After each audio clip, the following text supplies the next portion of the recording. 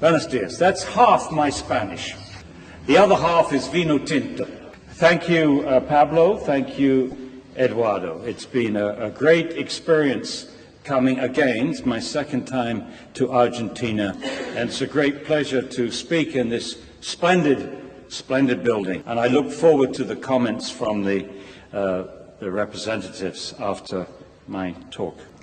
So I should be talking about, first of all, a few words about sustainability. Then I should be talking the arguments against incineration and gasification and cogeneration.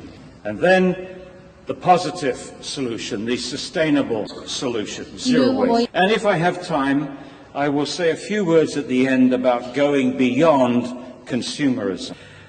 So, sustainability. We would need 4 planets if everybody consumed like an American. We would need 2 planets if everybody consumed like a European. And meanwhile, India and China are both copying our consumption patterns. And as we've only got 1 planet, something has to change. And the best place to start that change is with waste. Everybody makes waste every day. And all the time we're making that waste, we're part of a non-sustainable way of living on our planet. But with good political leadership, all our citizens could be part of the first step towards sustainability. We have to convert a linear society into a circular society. Nature functions in circles. We function in straight lines. This is our straight line, our linear society. Extraction, manufacture, consumption, waste. Now if we look at the local and global impacts of this, we see that we use a lot of energy in extraction, transport and manufacture. We produce a lot of solid waste, air pollution, water pollution, and of course carbon dioxide. And all of this is contributing to global warming. The different ways we have of handling waste and how they impact this picture. We'll start with landfills. No change. If you bury material in a hole in the ground, you've got to go all the way back to the beginning and start all over again. Clearly, landfills are not sustainable. Incineration, the same thing. If you burn materials, you've got to go all the way back to the beginning and start all over again. So incineration, and I include gasification and cogeneration, are not sustainable. But if we recycle materials, we cut out the impacts of extraction. And if we reuse and repair whole objects, we cut out the impacts of both extraction and manufacture. And if we compost, we also reduce the use of synthetic fertilizers and topsoil. So again, we reduce the impacts of both extraction and manufacture. And I'm glad that Pablo talked about composting, because 45% of your waste is organic waste. And we need this organic waste from Buenos Aires to the rural areas where it can be composted and used in agriculture. Not only does this compost return important nutrients to the soil, it also retains water and retains carbon. If you look at this compost, you see little bits of wood. And if that material is incinerated or gasified, then immediately that wood is converted to carbon dioxide. Whereas in the soil, that carbon will remain for many months or even years. So more arguments against incineration. It's extremely expensive. And because you have no Argentinian companies building incinerators, it means most of this money that you spend on this complicated machinery is going to certainly leave Buenos Aires, but also it will leave Argentina. And also, it doesn't, for this huge amount of capital expense, there are very few jobs created. This incinerator in Brescia, Italy, this cost 300 million euros to build, and it only created 80 jobs. I saw a small operation with the cartoneros in Buenos Aires, 67 jobs, just one small operation. Not only does incineration not produce many jobs, but it threatens existing jobs. It's a waste of valuable resources. This is material that's being recovered in a large recycling operation in the United States. You see plastics, cardboard, paper.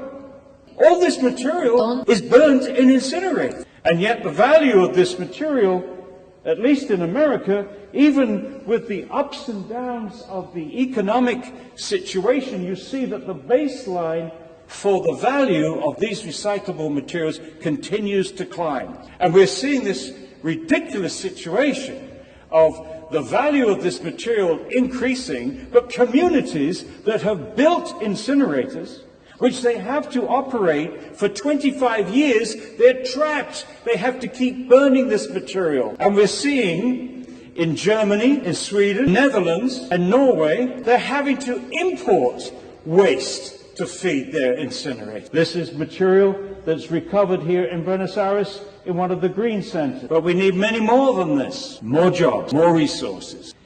Incineration is a waste of energy. So they say, incineration, oh, we must build incinerators to make energy, to make electricity. But four times more energy is saved by recycling and reusing the same materials which are burnt in an incinerator. The first column is the typical material that is both recyclable and combustible. And the green column is the amount of energy that you save in extraction, transport, and manufacture when you recycle and reuse that material. The yellow column is the amount of energy that you get if you burn this material to make electricity. It's how much more energy you get from recycling those individual materials compared to burning them.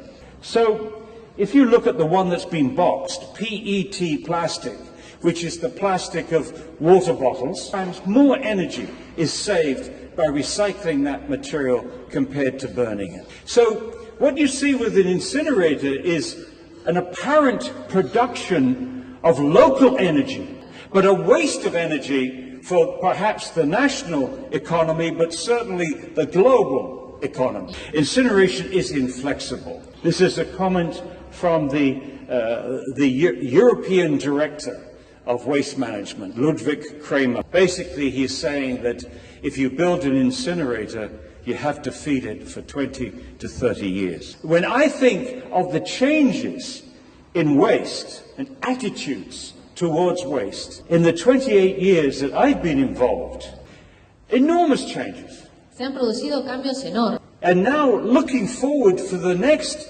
25, 30 years, to assume that there are going to be no more changes, which is what you're going to be doing if you build an incinerator, is foolish. Incineration produces a toxic ash. Doesn't get rid of landfills. For every 4 tons of waste that you burn, you get 1 ton of ash, which nobody wants. And 90% of the ash is what we call bottom ash. This is the ash that falls through the grates under the furnace. And 10% of the ash is what we call fly ash. These are the tiny particles which we try to capture in the air pollution control devices. Now, the bottom ash is toxic, but the fly ash is extremely toxic. Now, please note, today, in the modern incinerator, more money is spent on this part of the incinerator than the rest of the equipment put together. And this is why it's absolutely short-sighted to talk about refuse-derived fuel, to burn in industrial burners or in cement kilns, because they don't have that equipment. So incineration is bad. From my perspective, incineration is bad. But refuse-derived fuel, burnt all over the place, is far, far worse. Now, as far as what they do with the ash, in Germany and Switzerland, they put the fly ash into nylon bags and then put the nylon bags into salt mines. In Japan, some of the incinerators vitrify the ash, make it into a glass. Beautiful green Denmark, they have a wonderful solution for their ash. They send it all to Norway.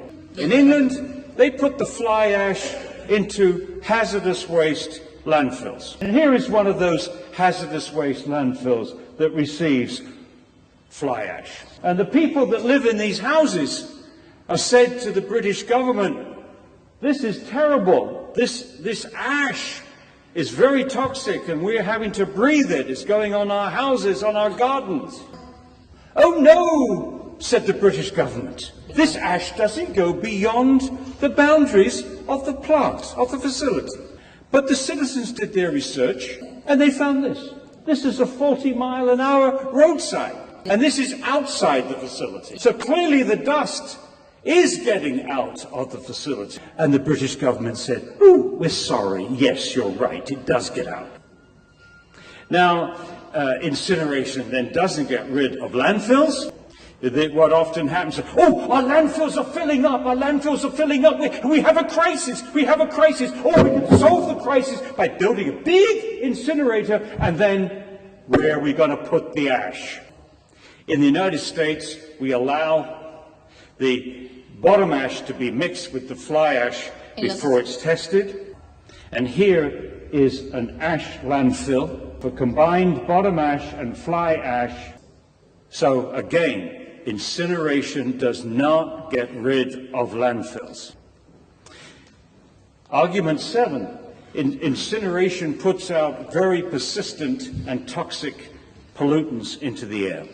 These toxics include toxic metals like lead, cadmium, mercury, and also new substances which are actually generated in the facility itself. Dioxins and furans, very toxic. And many of these are coming out in very tiny particles called nanoparticles. Now the problem is that the regulations for particles from incinerators do not regulate nanoparticles. Different countries either have 10 microns are regulated or 2.5 microns. But these nanoparticles are much smaller than that. They're not measured and they're not regulated.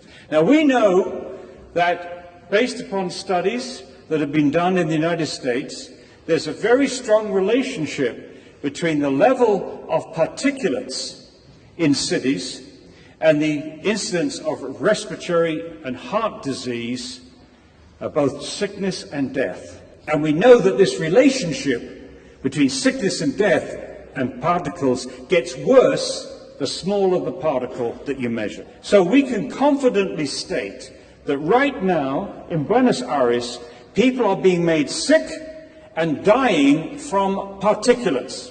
And if you build incinerators or other burning processes, you're going to make that situation worse. Now, nanoparticles are not easy to capture in modern air pollution control devices. They travel long distances across the whole airshed of Buenos Aires. They remain suspended for long periods of time, and they go deep down into the lungs. But the worst problem is that these particles are so tiny, they go straight through the lung membranes into the bloodstream. There is no biological defense. And once they're in the bloodstream, they're circulated to every tissue in the body. And here you see a particle in brain tissue, and this particle contains lead, barium, chromium, iron, and silicon. Now, we need 3 things to protect the public from pollution. 1, we need strong regulations. And we have no regulations for nanoparticles. 2, we need scientific monitoring of these facilities. And I don't think there's a laboratory in Argentina that is actually capable of measuring the dioxin emissions. And you need strong government enforcement of those regulations. And if either of these links are weak, the public are not protected. Because incinerators are very unpopular with the public, a new set of technologies has been introduced. Gasification, pyrolysis, plasma arc, all claim not to be incinerators. However, all these technologies involve a 2-stage process. In the first phase, solid waste is converted to a gas. But in most of these facilities, that gas is then burned, which gives us the same problems as incinerators. So a more accurate name for these facilities would be a gasifying incinerator, a pyrolyzing incinerator, a plasma arcing incinerator. Now, there's an extra reason why in Buenos Aires you have these companies coming here.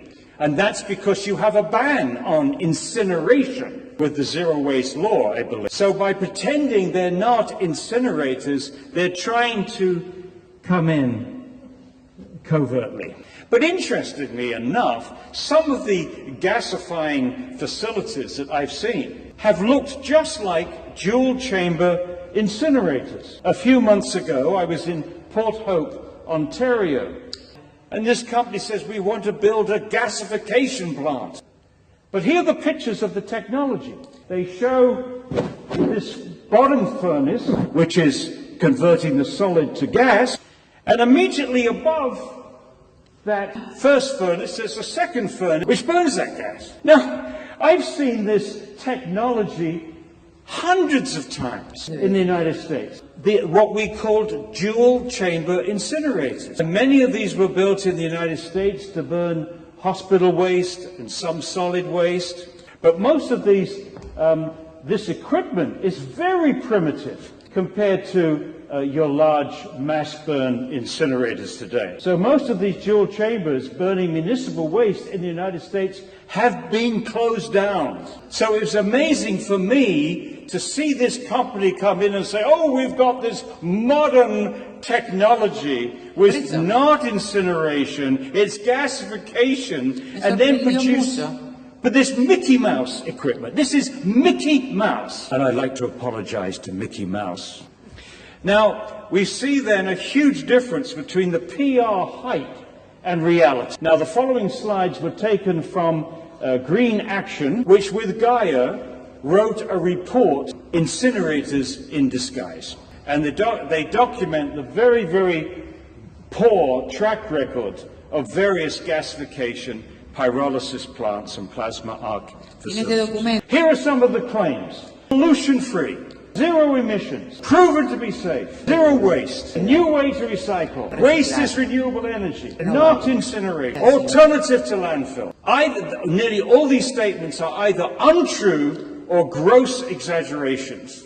Here's a facility that was built in Karlsruhe, Germany. Looks nice, doesn't it? But it only ran for 6 years. It was closed down in November 2004 because of operational problems. Now that beautiful facility has been dismantled. Here's another facility in Wollongong, Australia. And that too was closed down in 2004 because of financial and technical problems. And that too has been dismantled. So a general concern.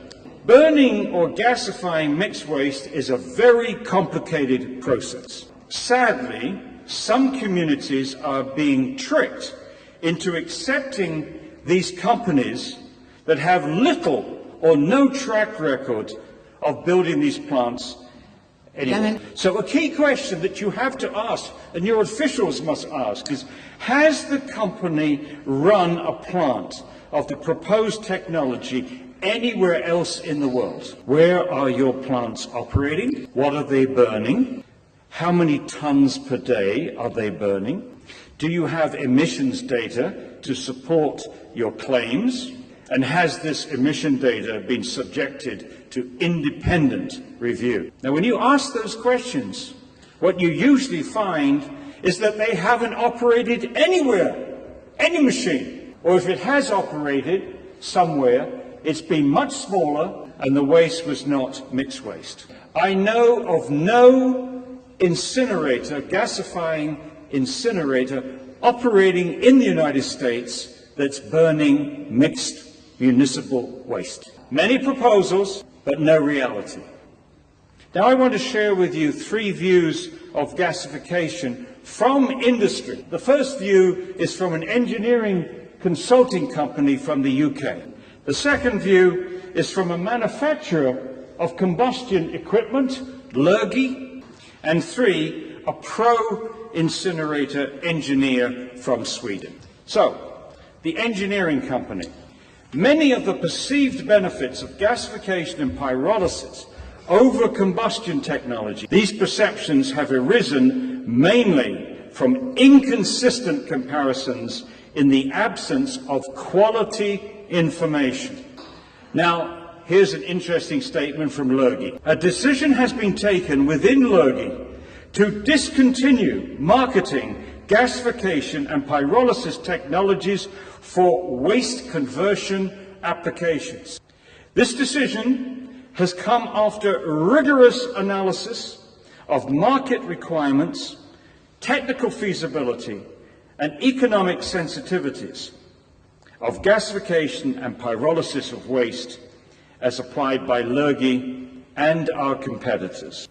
We recognize there is a positive bias towards gasification pyrolysis amongst politicians and environmentalists. However, we are in no doubt that in the short to medium term, neither technology will be developed and commercially proven to the point where it can compete. The third, this is from an email I received just a couple of days ago, distributed by GAIA. Now, this statement comes from Mr. Håkan Rylander from Sweden. He's the former president of the International Solid Waste Association, which is a pro-incineration group. He's also been the chairman of the International Solid Waste Association Waste to Energy Working Group, and he has other qualifications. He says, I remember when I joined the business in the 1970s that there was a big belief that gasification, pyrolysis, and the plasma technology would be the salvation of the waste problem. All the different methods had worked in a very good way when testing them on a small scale, when the facilities were fed with a small, very well prepared amount of waste. The problems came when these facilities were scaled up to a large scale. A number of gasification plants were built in Europe. However, it didn't work anywhere unless you had a very, very homogeneous input of fuel to the reactors. Waste is not a homogeneous fuel. In fact, it has so far turned out to be too heterogeneous to be able to treat in a gasification or pyrolysis process, irrespective of how you pre-treat the waste. It is absolutely not applicable for mixed municipal solid waste with today's technology. Another very negative factor is that the energy balance very often has turned out to be negative. In other words, more energy has been used up to convert the solid to gas than you get back when you burn the gas. It would, from an environmental point of view, be an excellent method if it worked, with low emissions and with a very small and environmentally safe residue. But unfortunately, the situation today and the experiences are the same today as almost 40 years ago, even though there have been and still are efforts to introduce gasification and pyrolysis onto the market. So, my conclusion, at the best, these facilities will waste a huge amount of taxpayers' money and waste it on a technology that provides very few jobs and threatens the livelihoods of thousands of cartoneros.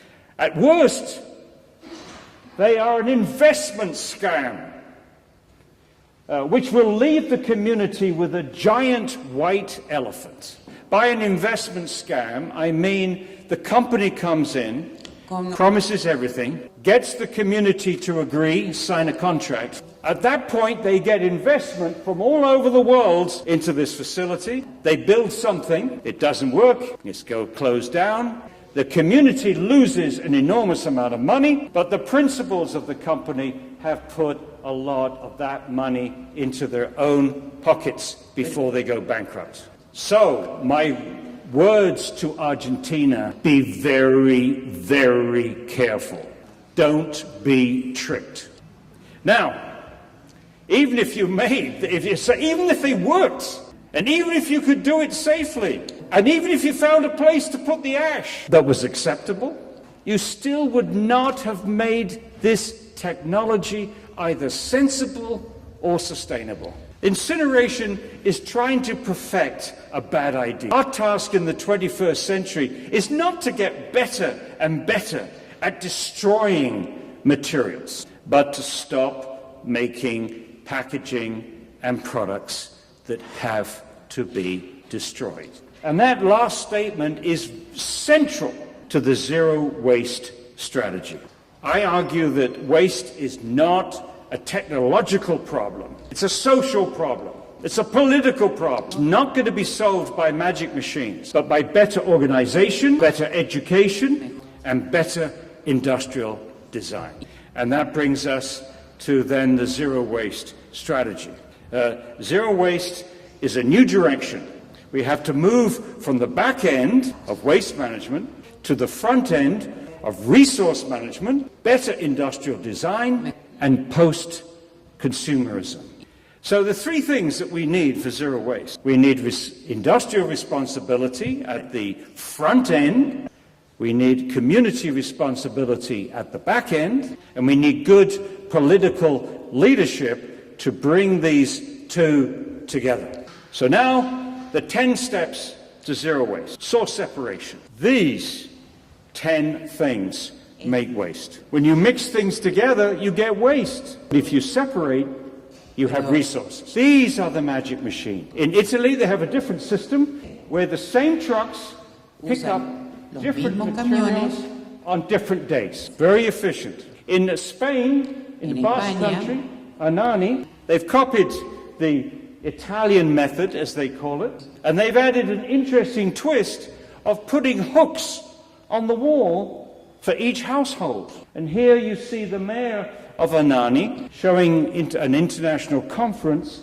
the brown containers which collect the organic. And on the container is a number. Your household has a number, and there's a number on the hook. So each household has its own hook. And sometimes they make the same things out of a post. Instead of a wall, they constructed posts. Now, look at the wonderful job they're doing in terms of separating the clean organics here. 99.7%, 6% pure. The mayor of Hernani said, our state-of-the-art technology is the neighbors. He said, if the neighbors separate well, there's no need to build an incinerator. Compostage, composting. Here's the composting facility for San Francisco. It's surrounded by farmland. The farmers are using the compost to grow fruit and vegetables that go back to San Francisco. Over 200 vineyards are using compost to grow grapes.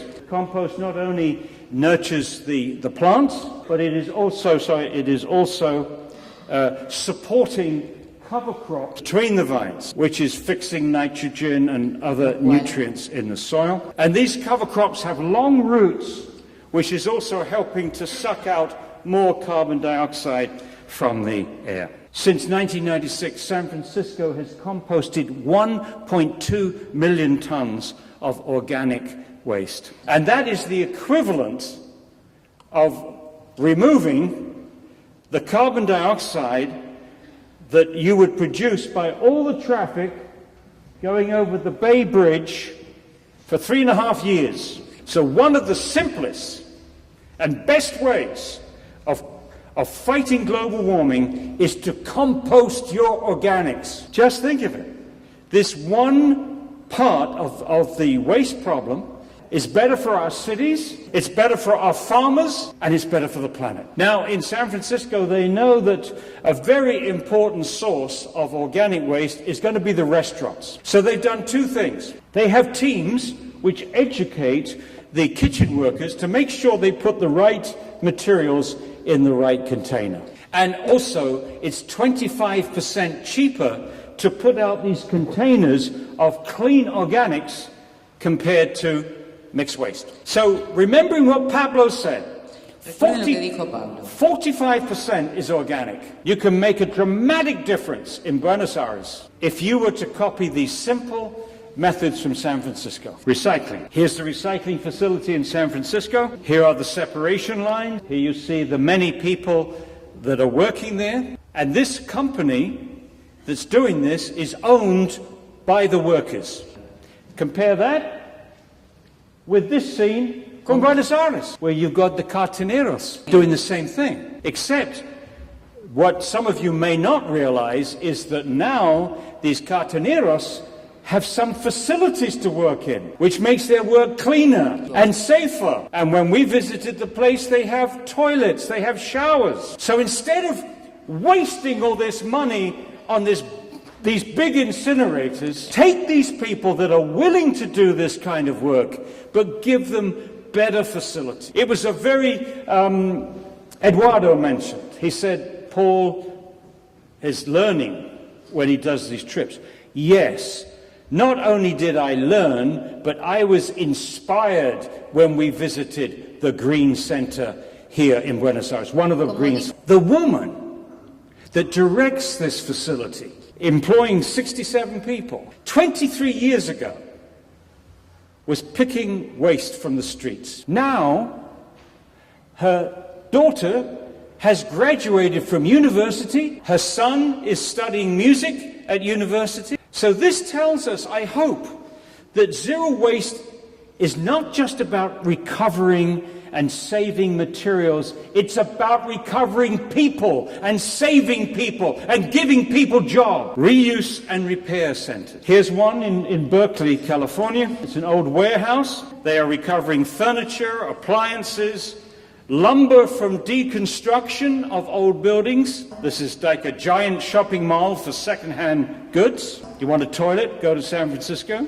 This has been running for 30 years. It's grossing $3 million a year and 27 jobs in this facility. In Burlington, Vermont, in addition, they are training people. They're taking people off the streets and training them to repair large appliances, small appliances, electrical goods, electronics. And they're taking lumber from old buildings, using the lumber again for building, but in other places, all this wood would be going up in smoke in an incinerator. Now, yesterday I went to your lovely market in Sant Elmo, and there's so much creativity there. People are taking waste, metal waste, all kinds of waste, and making beautiful things which the tourists like to buy. So these reuse centers can be used for poverty relief, generating jobs, training people. They can be linked to deconstruction. They can be linked to value-added operations like that furniture. They can support community development. These centers, reuse and repair centers, can be used to stimulate community development where they are, recreating the village in the big city. Just like the markets, which you saw in St. Elmo, these reuse and repair centers also attract people. Now I want to share with you a very exciting reuse and repair operation in Sweden. They believe in having fun. When you go in, there's a band playing. They have clowns for the kids. And the toilet is an art gallery for second-hand paintings that you can buy. They have rock concerts, and the entrance for this rock concert was 20 PET bottles. All this to build consciousness of the young people. And this dog is the famous separating dog. This dog can separate mixed waste into 6 different categories. Now, in Buenos Aires, we saw in the Green Center, a dog could take the top off a bottle. But if a dog in Sweden can separate into 6 categories, I think the citizens of Buenos Aires can separate into 3. If we get the political leadership to lay on the system. And then you see again the beautiful layout of second-hand goods. I have several videotapes online at AmericanHealthStudies.org, and you can see some of the things I've talked about in action in different countries. But how much can we get with these first 5 steps? San Francisco, population 850,000, 50% diversion from the landfill in 2000, 80% in 2012, without incineration. And their goal for 2020 is zero waste, or very close. Now, remember what I said. Incineration only gets 75% diversion from landfill. For every 4 tons that you burn, you get 1 ton of ash. So let's compare. Entonces comparemos. Brescia, beautiful incinerator, 75%. San Francisco, without this complicated machinery, 80%. So Brescia is left with 25% toxic ash, and that's a dead end, whereas San Francisco is left with 20% residuals, and they can keep working on those residuals. In Italy, you've got over 200 communities getting 70% diversion very quickly. At Novara, 70% in just 18 months. Salerno in the south, near Naples, 72% in just 2 years. The Flemish-speaking part of Belgium, Flanders, 6 million people, 73%. So now, that's the first 5 steps. Now we have to look at steps 6 through 10. Step 6 is waste reduction initiatives. In Ireland, the government put a 15-cent tax on plastic shopping bags. In 1 year, the use of those bags went down 92%. In Italy, you have some supermarkets which allow you to refill shampoo and detergent bottles. This store in Capanari, Efficorta, 60 taps.